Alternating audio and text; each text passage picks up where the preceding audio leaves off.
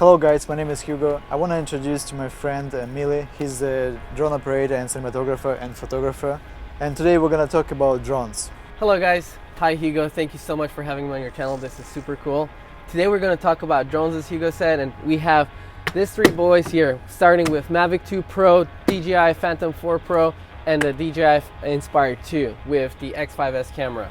All these drones were well known in the industry. They're all made by DJI. Today we're going to test how they fly, how long it's going to take to assemble them, and of course the picture quality to compare the footage from all of them. Let's start with the smallest drone we have here, the DJI Mavic 2 Pro. The price range for this is about $1,600. It costs a little bit more if you get the installed screen on the remote. Same with the Phantom 4 Pro, it comes $1,600 and it's about $2,000 with the screen included on the remote. And this big boy here is about $7,000, including the drone, 2 batteries, the X5S camera, and 1 remote. You want to buy more stuff with it, more batteries, a second remote for your second pilot, and the package that we have here is about $11,000. And as a side note, I would just add that the licenses, RAW and ProRes, is just a must-have, because without those licenses, it records just regular MP4 up to 100 megabits per second, which is pretty much all the same as the other two. Of course, you're gonna get the ability to change lenses, but without licenses, you're not gonna get the whole beauty of this drone. The cost of the license for the DJI INSPIRE2, if you want to get just the ProRes, is about $500, and if you want to add the Cinema DNG, is about $1,000. I personally like more the quality of the ProRes versus DNG RAW. Simply because it's DNG, it's not the best RAW container, and the image from ProRes is easier to color grade, and it has less noise, and it just, even you can apply Rec 709 LUT from ARRI, and it's gonna look amazing already. The only downside for ProRes is that you only can shoot up to 30 frames per second. Now if you want to shoot higher frame rates, you need to get the Cinema DNG license. Okay, let's take a look at the sizes of these drones to get an idea how big they are for traveling purposes, and let's see how long it's going to take to assemble them. So let's start with the Phantom 4 Pro. So it comes in this case when you buy it. It's I would call a styrofoam case. Inside you have everything you need. It even has space for extra batteries. Very compact, it fits in the carry-on in the airport, in the plane. I've been using it for 1.5 years, never had to buy an extra case. Okay, so this is the Mavic 2 Pro. It doesn't actually come with this case, it doesn't come with a case, but this case you can get for about $50. I think they all about this price. And as you can see, the size of it is really small. And this is the reason why I love this, because with this size you can even put this in a backpack without no problems. So it's definitely the best option for traveling. It's pretty small. All right, and finally the big boy here. It comes, well, the original case is actually this one. This is when you buy the drone, it comes in this case. Very big. It definitely won't go in your carry-on, but it also too soft to give it for check-in luggage. So that's why we got this case over here. It's about $400, $500. I can't remember anymore. Everything fits in, extra batteries. It's very durable and also waterproof. Yeah, it's a big boy, but it's very safe. And very heavy. Okay, so let's check it out how long it's going to take to assemble them. All right, let's time it.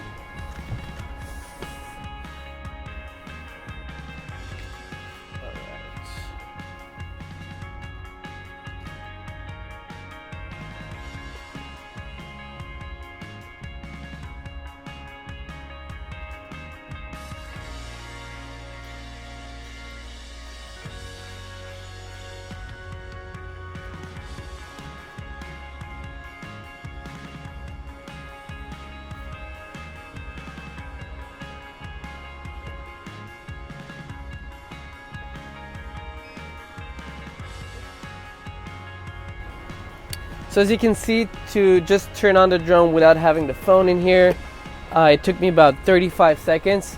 Pretty quick. From now on, you just need to put the phone in, turn on the app, and then you're ready to go. Okay, let's check out how long it's going to take to assemble Mavic 2 Pro.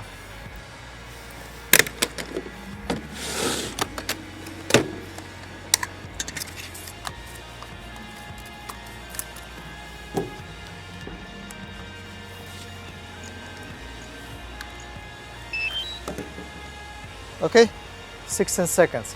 And this is the reason why I love this drone, because every time when I travel, I always want to take as many shots as I want, and usually I'm too lazy to assemble it. And even having a Phantom 4 Pro, I think twice before I actually assemble it and go to fly. All right, now it's time to see how long it's gonna take for the INSPIRE2. Get ready, because it's gonna be long. All right.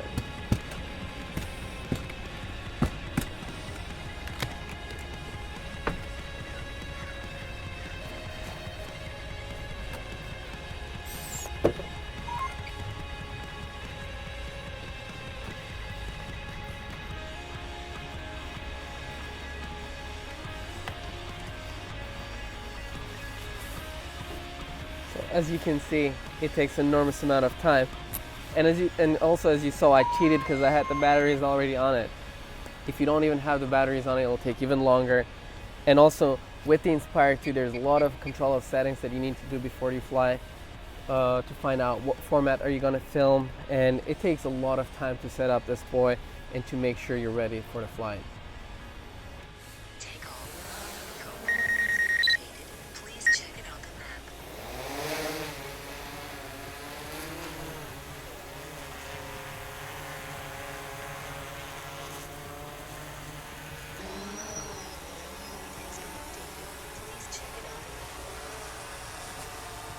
Okay, it's probably gonna be hard to tell with the YouTube compression, but Phantom 4 Pro has this digital sharpness, like too much of it, and also as you can see the horizon is off. It very often happens with Phantom 4 Pro, and it pretty much never happened with DJI Mavic 2.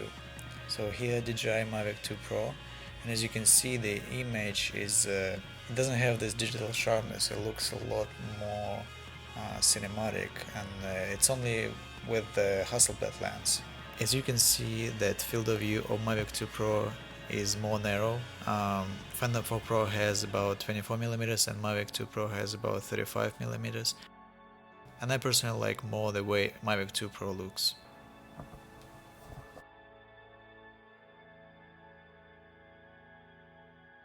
And here is INSPIRE2.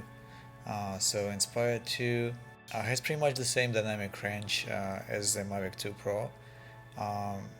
Disregard the colors, I just applied Rec 79 LUT, I didn't color balance them, I didn't do anything.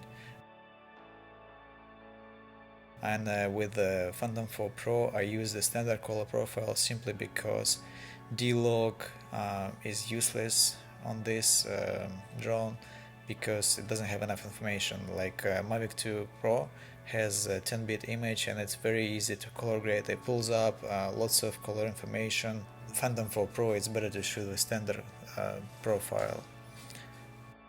Also Mavic 2 Pro feels like a lot more heavier drone, like it feels more like it's an INSPIRE2 by the movements, because Phantom 4 Pro sometimes feels very like shaky. Sometimes you can see some kind of vibration, and on INSPIRE2 and Mavic 2 Pro there is none of it. It's just very smooth and stable. Also, I'm gonna post all the raw footage of this so you can download them and check on your screen, because it's probably very hard to tell via online compression.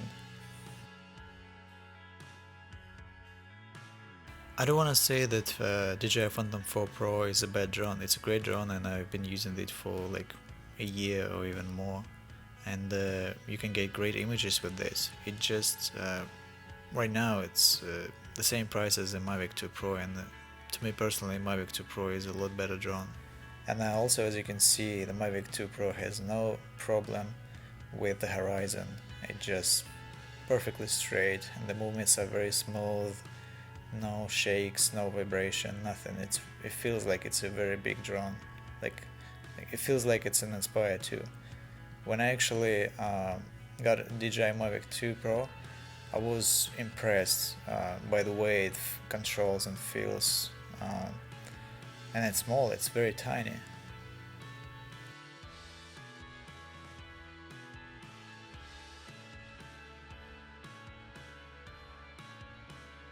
So For the night shots, I've used exact same settings. It was 800 ISO, 2.8 aperture, and shutter speed was 50. Probably I would say Mavic 2 Pro has a little bit more noise than Phantom 4 Pro.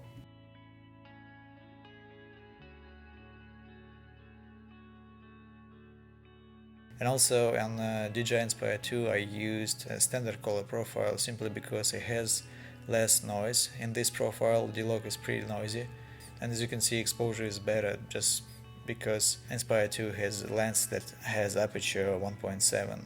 So this is already footage that I color balanced, color graded, fixed exposure and everything to make it look like it's supposed to be. And as you can see, the colors are beautiful. Because of 10-bit image from Mavic 2 Pro, it's beautiful. And here, I mean, it looks beautiful too, but as you can see that it has some kind of vibration on the image. It's not as smooth, and I probably wouldn't use this image for like high-end projects. And of course, INSPIRE2 has like the best smoothness and movement. Like it feels like it's in a massive drone, and the dynamic range is huge. It's just beautiful. And also probably the biggest advantage of this drone is that it actually can change lenses, and you can put something like 45mm like you can see here. It looks extremely cinematic with this lens. It just compresses the image and it looks beautiful.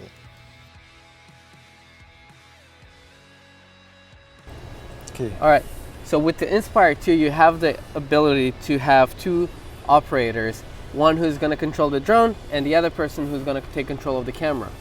Yeah, this is more like for precise movements, and mostly when you fly on a wide angle lens, it's very too easy to fly by yourself. But if you put like 45mm or so, it's getting very hard. It's very hard to actually see the real distance to obstacles. Therefore, you need one who's going to control just the movement of the drone, because the drone has a little camera installed that actually shows you wide angle view. So basically, he's going to make sure he flies well. We don't crash the drone. Yeah, we don't crash the drone. And I just make sure we have great camera movements and everything. So let's do it. Let's do it, yeah.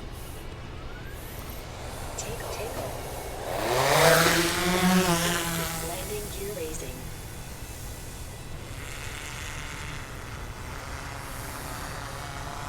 You always want to fly and have eye contact with the drone, so you don't want to lose the eyesight from the drone.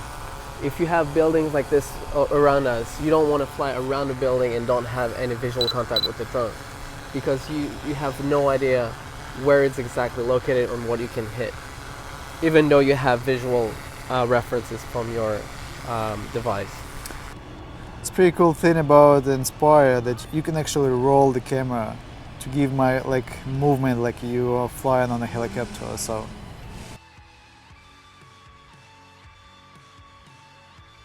To me personally, I've had all of these drones, and right now I have this INSPIRE and DJI Mavic 2. I sold my Phantom 4 Pro just because when I got Mavic 2 Pro, I just didn't want to use Phantom 4 Pro anymore.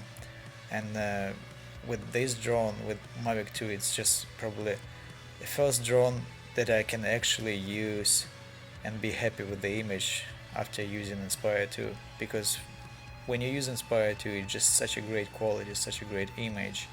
And when I used the Phantom 4 Pro, it wasn't enough. And when I got this Mavic 2 Pro, it's just beautiful. With this Hasselblad lens, I don't have this crazy digital sharpness. The only thing you can see, I mean, it's a great image, but it doesn't have enough color. I mean, it has enough color information, but INSPIRE2 has a lot more just because of the size of the codecs. It records ProRes and RAW. You can get a lot of color information that you can pull up. As you can see here, it's just so beautiful. But it's a big drone. It takes a lot of space. It takes a lot of time to assemble, and it attracts a lot of attention. And when you use a Mavic 2 Pro, no one's gonna even notice sometimes, and if they're gonna notice, they're not gonna consider this it's a real deal or it's a commercial project or something. When Inspire, when people see Inspire, they know that, like, oh no, this is not a amateur tool. This is a real deal. So I would say for top projects, I would definitely consider shooting on INSPIRE2 because it gives like the best quality and the ability to change lenses. So obviously the best picture quality you get from INSPIRE2, and no wonder, it's a lot more expensive than the other drones.